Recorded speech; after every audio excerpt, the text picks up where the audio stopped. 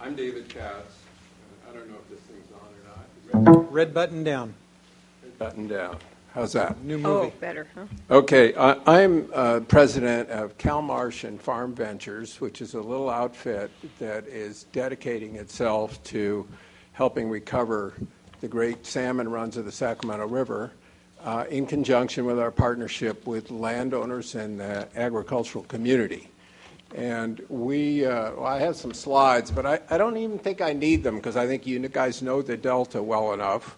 We're working in the Yolo bypass, and the focus of our work is on the Nags Ranch, which is a 1,700-acre rice property in the north end of the bypass that our company manages with our investor partners. We acquired that property over 4 years ago so we could begin to implement a managed floodplain project to bring back salmon runs in the Sacramento.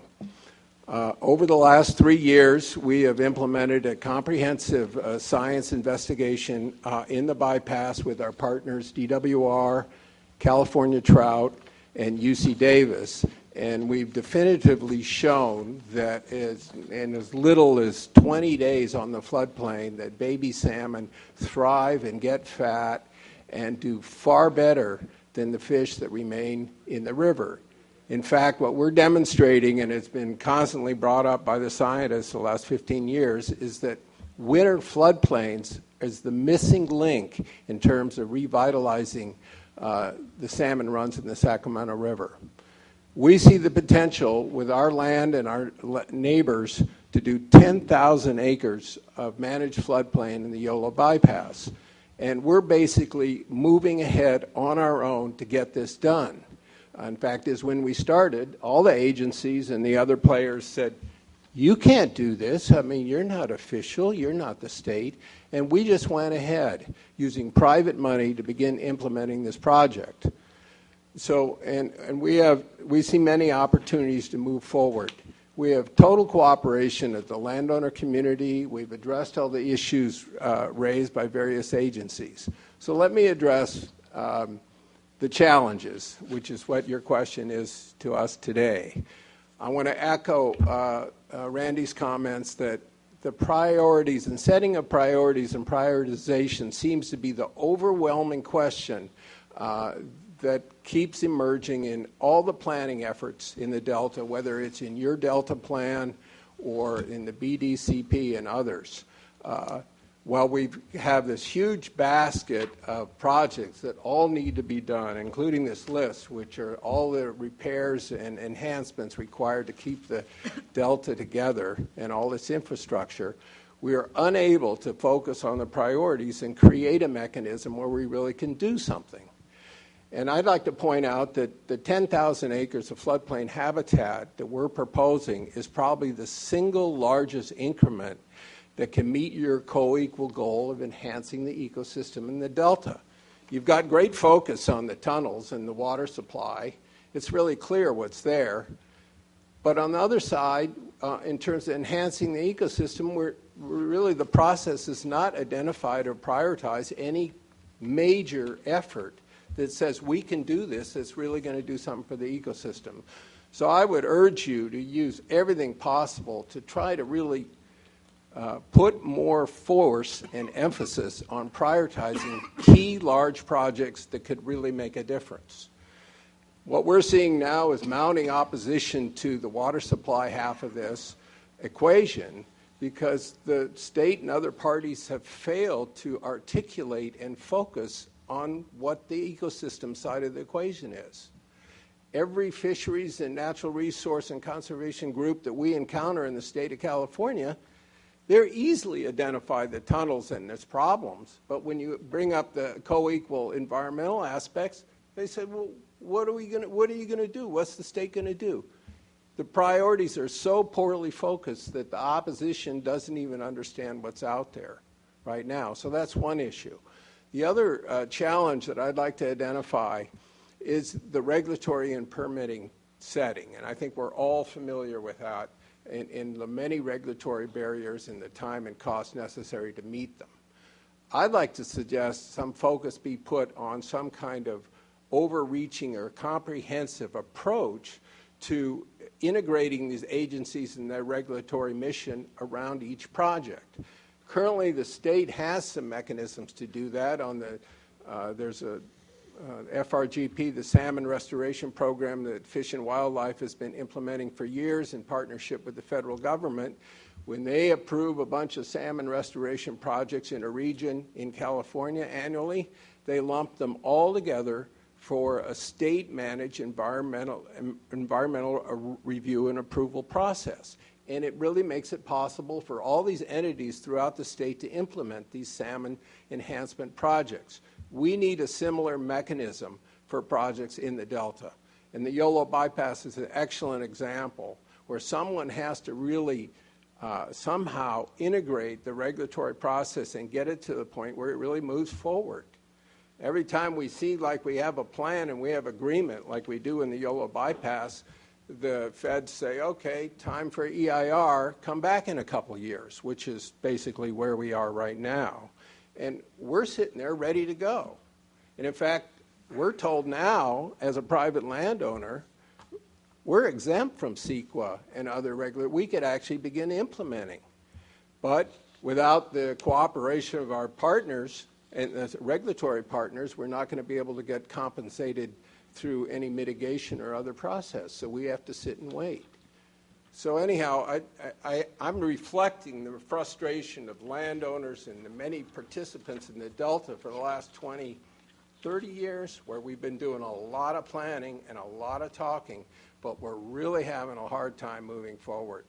So, I think that the regulatory situation and the fact that we're not really identifying and focusing on major priorities on the ecosystem side are some of the biggest challenges that we're sensing.